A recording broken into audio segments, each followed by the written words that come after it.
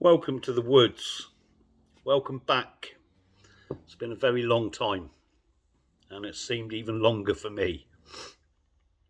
And it's only right that I tell you some of the reason why I've been absent. Many of you will know that September time I was diagnosed with a health issue, prescribed steroids as a medication. That made it a manageable situation, but quite a lot for me to get my head around, insofar as this wasn't going to get cleared up. It wasn't something that was going to be cured. It was something I was going to have to deal with forever. And that was okay. I kind of got used to that. And it became apparent that not only was I going to have to manage that illness, but manage the side effects of the drugs. And they were pretty harsh. So there's weight gain, put some weight on. There's water retention, which is why my face looks a bit flabby, very flabby. Mood swings, not the best thing in the world. And also a lot of negative thoughts, all brought on by these steroids, by these drugs. And that's not the way I usually think. I'm not a negative person. I'm usually very optimistic. I always look for answers and solutions. So it was hard work dealing with that. But I get through Christmas. I then have I'm not going to dwell on this, I'm not going to go into details, but then I had a relationship issue, which even when amicable is always stressful. And whilst dealing with the side effects of these bloody drugs and that issue, and then my car blew up, which I didn't need. That was shortly after the boiler here had blown up. I managed to get a plumber out to the woods, got a new boiler. That was during Christmas, which is just what you want at Christmas time, isn't it?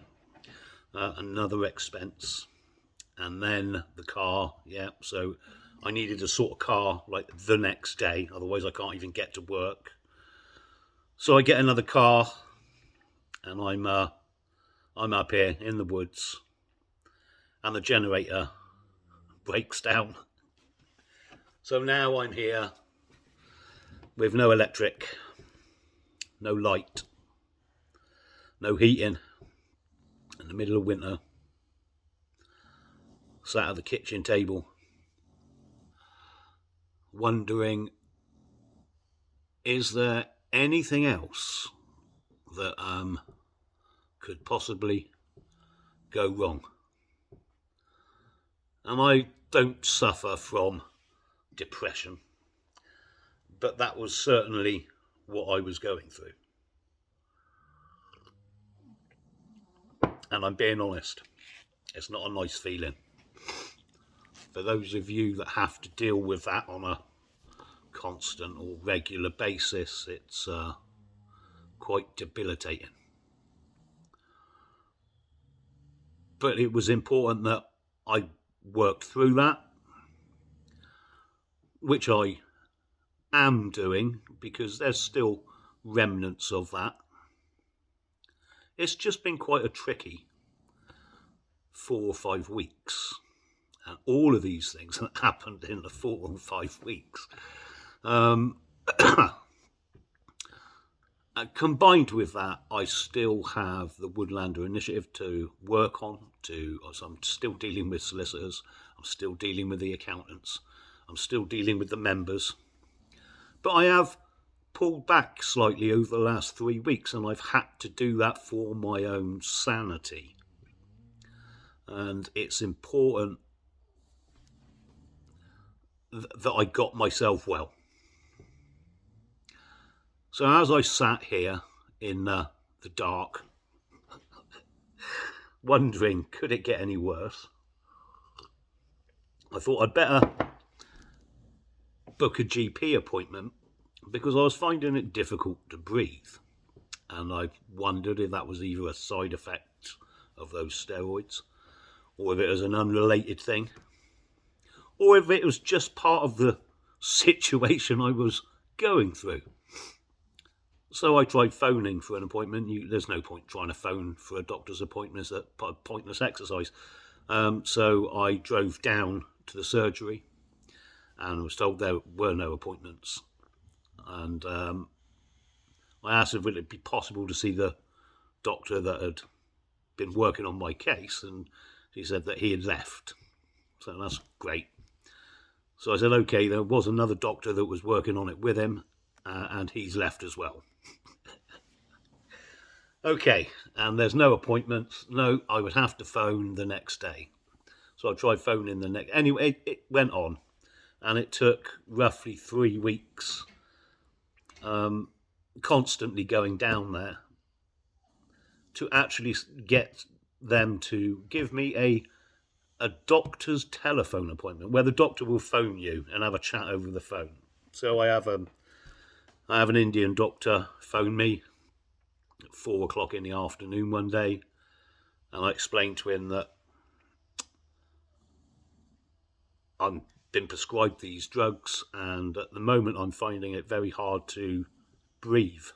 If I do even mild exercise, when I say mild exercise, I mean just walking to the top of the path, or just feeding the chickens, is actually leaving me out of breath, and that's not normal.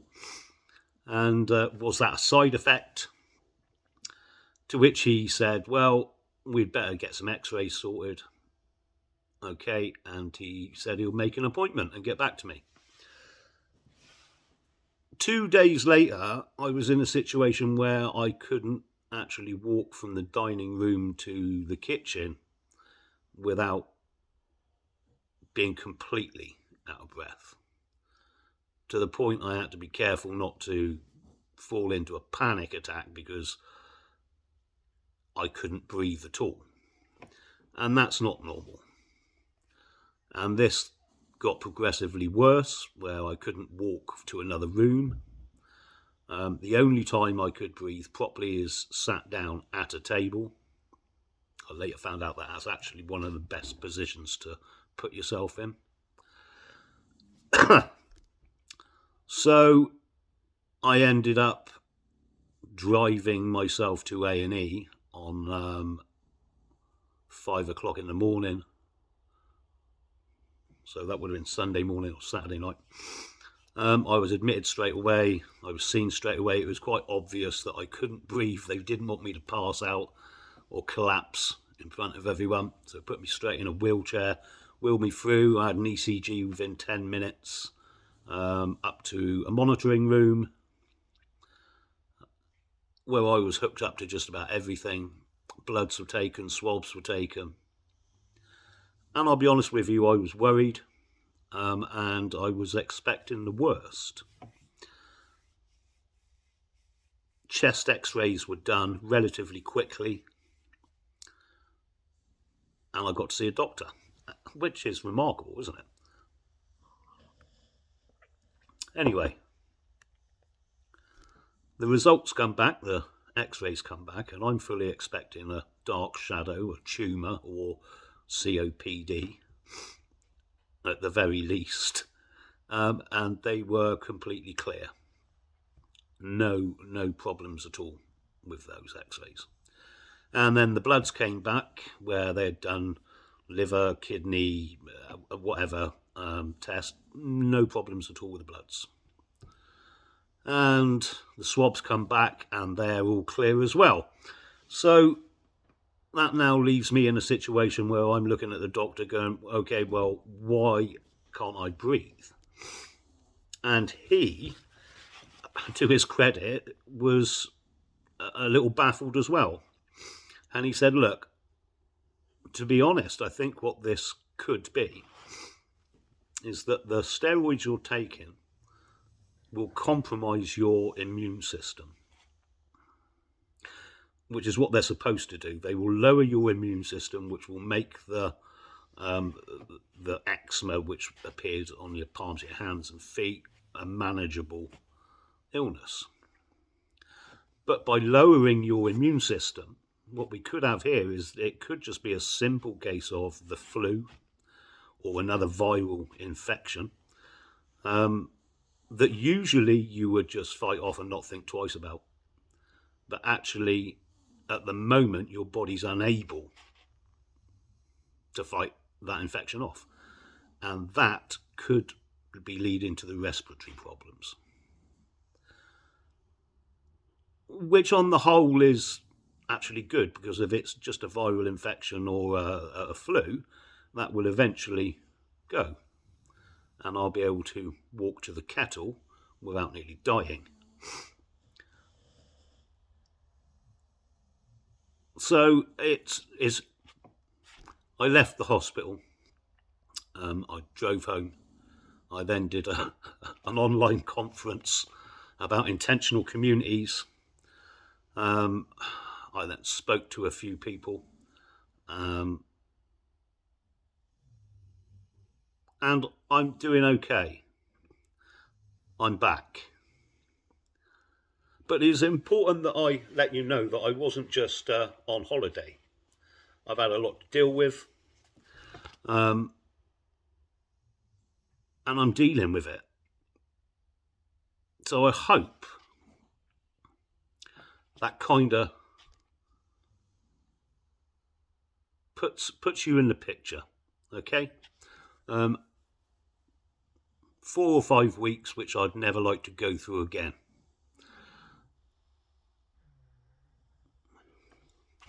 So, done.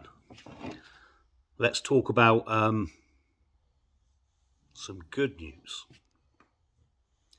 So on Sunday, I was part of a conference discussing intentional communities.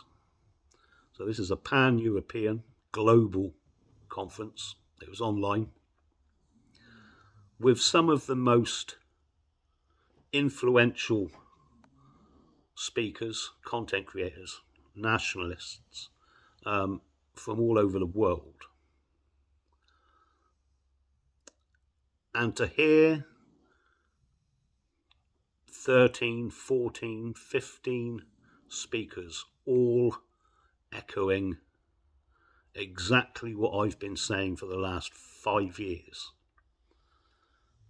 that it's time that we choose a different path, that we build our own parallel societies, institutions, and that we're capable of doing it. Not only are we capable, we had speakers from South Africa at that conference who have done it. You had Eric from America and his Return to the Land group that are building homes on their 150-acre plot. They've got farmsteads going up. They've got small holdings. They've got a school being built.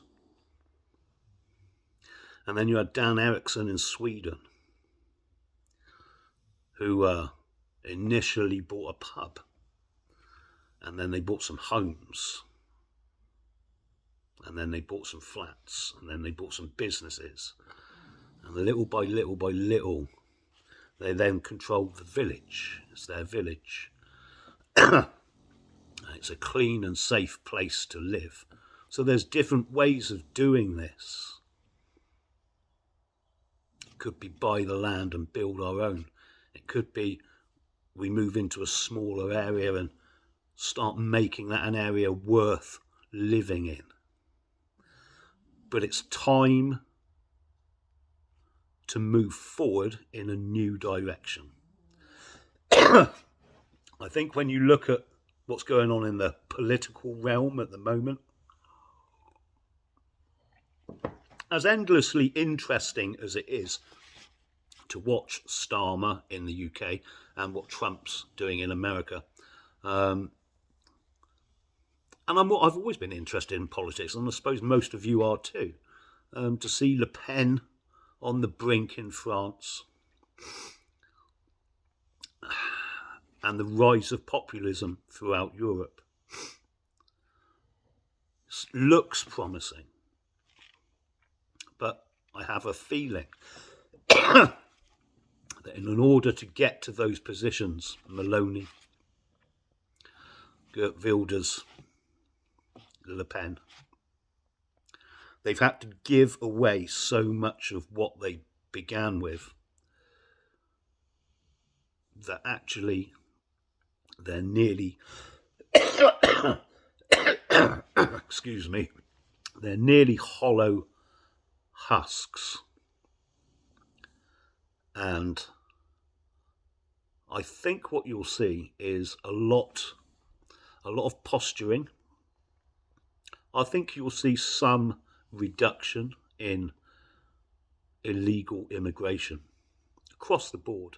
You will see some deportations, and this will be enough to buy off most of the public. This will be enough for them to say, see, they are doing something. When in reality, it's not going to work. It's like sticking a plaster on a gunshot wound. They're not going to do what needs to be done. And the direction of travel for Britain and Europe continues in the same direction.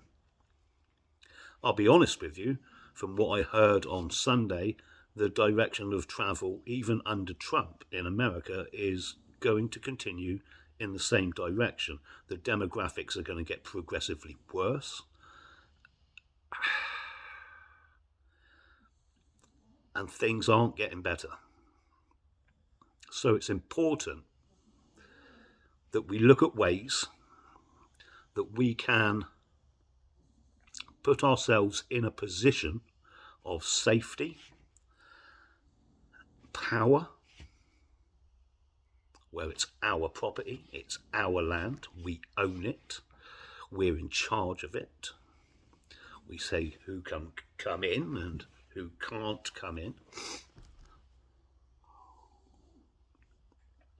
And we look at ways at how we can expand more land, different areas, more groups of people owning their own plots of land, grouping together, group purchases. Assisting businesses is part of the Woodlander Initiative. And it's something we'll be looking at this year, which is we'll start to assist members with their own businesses. This is going to become massively important because it should be our businesses that we are using and not those from outside. It would be important for us to retain as much of our wealth and income as we possibly can. There will be huge amounts of business opportunity in that scenario. So if there's something that everybody needs and we can only get it from buying outside the group, then it would be quite sensible for someone to start producing or doing whatever it is, that service, inside our group. It's a very exciting time. For me, it's incredibly promising. And I was hugely encouraged on Sunday listening to people like Jared Taylor. Just so many of the speakers who have been around for decades and recognise that this is a viable alternative for our people. A viable alternative to the system that we suffer under now and are being offered for the future. And as much as things like Trump and the rising populism in Europe look like they might swing our way, and that includes reform in the UK, they're not really going to make any difference. If anything, all they do is suck a little bit of the energy out of the people that have an issue with the way things are. It buys off the general public. It also buy off a few of the right-wingers. But people who can see past that, people who want a real future, people who want something better for their children and their grandkids, really have an opportunity now to get involved with what is undoubtedly the largest pan-European movement I've seen in the last 40 years. And it's going to grow. And now that we've had that first conference, we can start to network, we can start to use ideas from each other, we can start to learn from each other. One thing that works there could possibly work over here. Something we're doing in the UK could possibly work in Germany. And we'll work together. And we'll pass on skills and knowledge in the understanding that if we can assist everyone, it's going to be better for all of us. Anyway, you lot, I'm going to cut this one short because I'm still feeling a little bit under the weather, as I'm sure you can hear, coughing and spluttering all the way through it. But I hope that clears up why I've been quiet for a little while. I probably won't be jumping into as many streams or anything as I used to. Not for a while anyway. I've got quite a bit to sort out. And in the background, I'm still doing a lot of work with the Woodlander Initiative. That needs doing, and it requires my attention. So thank you for being understanding. Thank you for hanging in there. And give the video a like, leave a comment, and I'll catch you all soon. See you later.